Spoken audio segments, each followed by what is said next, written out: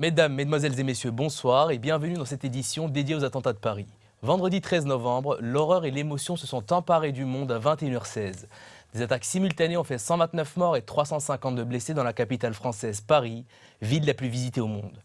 Depuis 21h16 et des explosions des kamikazes au Stade de France jusqu'à minuit 55 et la fin de la prise d'otage au Bataclan, avec un bilan provisoire de 82 morts, Samir Ouassi nous retrace les faits.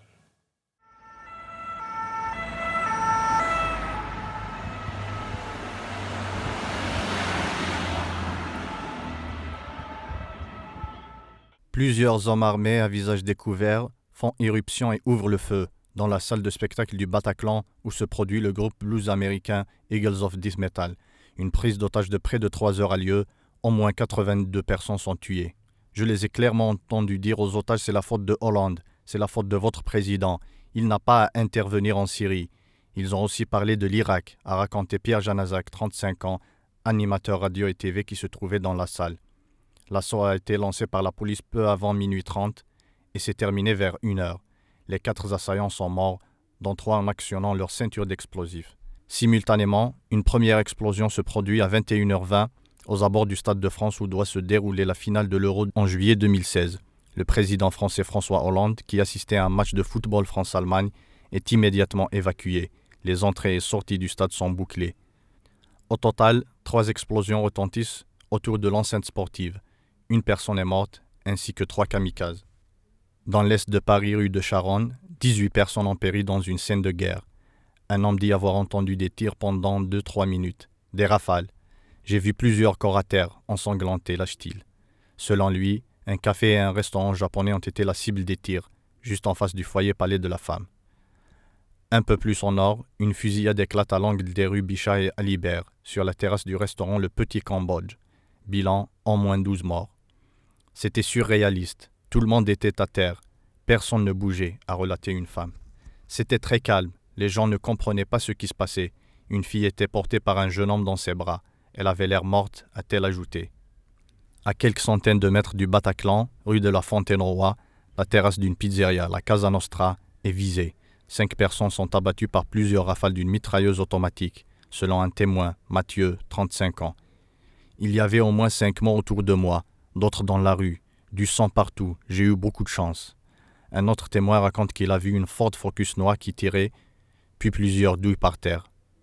Une attaque a également eu lieu boulevard Voltaire, pas très loin du Bataclan. Le kamikaze est mort. Cette série d'attentats au kamikaze à Paris laisse croire que la France est devenue assurément une cible prioritaire pour Daesh. Jamais la France sous la Ve République n'a connu autant d'attentats sanglants. En effet, le mandat présidentiel Hollande est un mandat sanglant, entrecoupé de plusieurs guerres menées en pays étrangers, l'opération Serval en 2013 au Mali, l'intervention militaire en Centrafrique et dernièrement les opérations de bombardement en Syrie, font dire à certains analystes que François Hollande militarise la France et obéit à une stratégie guerrière sans précédent. David Revaud-Dallon, journaliste au Monde, auteur du livre Les guerres du président, laisse planer le doute sur le mandat sanglant d'Hollande. C'est pas la réalité, c'était pas vrai là. C'est pas trop ce qu'on vient de vivre en fait. Et puis là, voilà, moi je sais qu'il y a que des bruits de balles qui retentissent dans ma tête. Horreur et émotion dans le monde après les attentats de Paris. Le président de la République française François Hollande, l'ancien président Nicolas Sarkozy et le ministre de l'Intérieur Bernard Cazeneuve se sont exprimés. Découvrons les réactions avec Yamina Bahir. Le chef de l'État français, François Hollande, s'est exprimé ce samedi matin depuis l'Élysée à la sortie du Conseil de défense au sujet des multiples attaques qui ont secoué Paris et sa banlieue vendredi soir, qu'il a qualifié d'un acte de guerre préparé, organisé, planifié de l'extérieur, d'une barbarie absolue. Le pays est dans la peine. Mes chers compatriotes, au moment où je m'exprime, des attaques terroristes d'une ampleur sans précédent sont en cours dans l'agglomération parisienne. Il y a plusieurs dizaines de tués. Il y a beaucoup de blessés. C'est une horreur. Nous avons, sur ma décision, mobilisé toutes les forces possibles pour qu'il puisse y avoir la neutralisation des terroristes et la mise en sécurité de tous les quartiers qui peuvent être concernés. J'ai également demandé qu'il y ait des renforts militaires. Ils sont en ce moment sur l'agglomération parisienne. Parmi les principales annonces du président Hollande, l'instauration de 3 jours de deuil national. Le chef de l'État a terminé son allocution en évoquant la France et ses valeurs. Selon lui, elle triomphera de la barbarie, rien ne pourra l'atteindre. De son côté, l'ancien président Nicolas Sarkozy a réclamé des inflexions majeures en matière de sécurité au lendemain des attentats extrêmement meurtriers de Paris, affirmant que la guerre que nous devons livrer devait être totale. Nous avons besoin d'inflexions majeures pour que la sécurité des Français soit pleinement assurée. Par ailleurs, le ministre de l'Intérieur Bernard Cazeneuve a détaillé les mesures de sécurité que le gouvernement a mis en place à la suite des attentats qui ont ensanglanté Paris hier soir. Les armées ont dégagé 1000 militaires supplémentaires, essentiellement en Île-de-France, qui patrouilleront dans Paris dans les prochains jours, comme l'a indiqué le président de la République. Des États-Unis à l'Iran, de l'Allemagne à la Russie et à la Chine, les pays du monde entier ont condamné ces attentats sans précédent qui ont fait, nous vous le rappelons, au moins 129 morts et 352 blessés.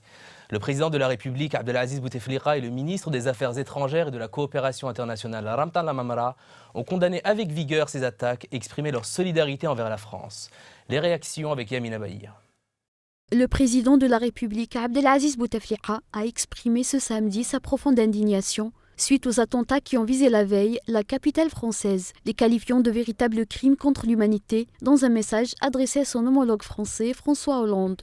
Des États-Unis à l'Iran, de l'Allemagne à la Russie et à la Chine, les pays du monde entier ont condamné les attentats sans précédent qui ont fait plus de 128 morts et 250 blessés à Paris vendredi soir, suscitant une vague d'horreur et d'émotion. Ces attentats ne sont pas seulement une attaque contre Paris, mais une attaque contre toute l'humanité et nos valeurs universelles, a déclaré le président américain Barack Obama.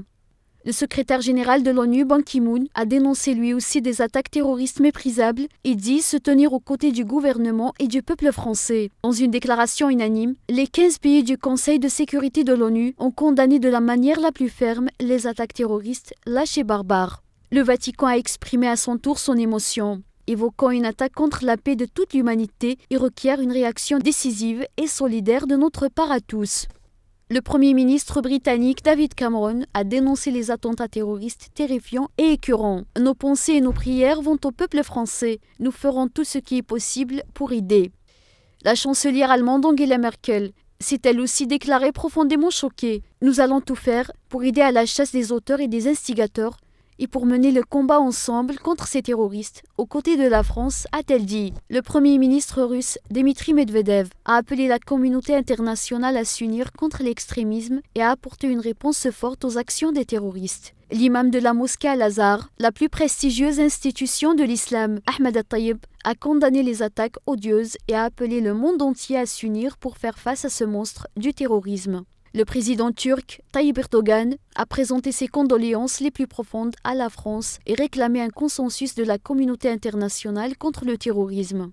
Évoquant des temps tragiques pour le peuple français, le président chinois, Xi Jinping, a condamné de la manière la plus forte ces actes barbares.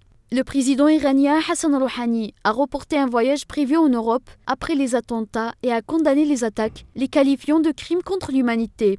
En réaction aux attentats revendiqués par le groupe terroriste Daesh, le président syrien Bachar al-Assad a affirmé que la politique française au Moyen-Orient a contribué à l'expansion du terrorisme. Les politiques erronées adoptées par les pays occidentaux, notamment la France, dans la région ont contribué à l'expansion du terrorisme, a dit M. Assad. Une réunion de crise a été improvisée vendredi soir au moment des attaques avec ce Conseil des ministres à l'Élysée. Le président français a pris des mesures radicales en décrétant l'état d'urgence, jamais réinstauré depuis son unique utilisation en 1954 depuis la guerre d'Algérie. 3 jours de deuil national ont été décrétés, la fermeture des frontières avec le visa Schengen suspendu, la fermeture des installations publiques et la suspension des organisations sportives. La France est en deuil. Explications et conséquences avec Yamina Bahir. Les attentats de Paris ont entraîné des mesures prises par les pouvoirs publics français. Parmi ces mesures, il y en a une qui pose problème en matière de circulation de personnes et de biens. Ainsi, La réinstauration des contrôles au niveau des frontières et des aéroports, doublée par une quasi-interdiction de pénétrer sur le territoire français pour tout citoyen ne faisant pas partie de l'espace Schengen. Cette mesure obéit à des considérations purement sécuritaires, constitue de par son application une interdiction pure et simple à tout ce qui n'est pas Schengen. Qu'en est-il alors des hommes d'affaires qui ne faisant pas partie de l'espace Schengen et des pertes sèches subies par ces derniers? Mieux, les voyages officiels sont-ils dans ce cas eux aussi interdits? Affaire à suivre. C'est la fin de cette édition. Toutes nos pensées et nos condoléances vont aux familles des victimes de ces attentats sanglants. L'Algérie a exprimé par la voix du président Abdelaziz Bouteflika son soutien et sa solidarité au peuple français. Merci à vous.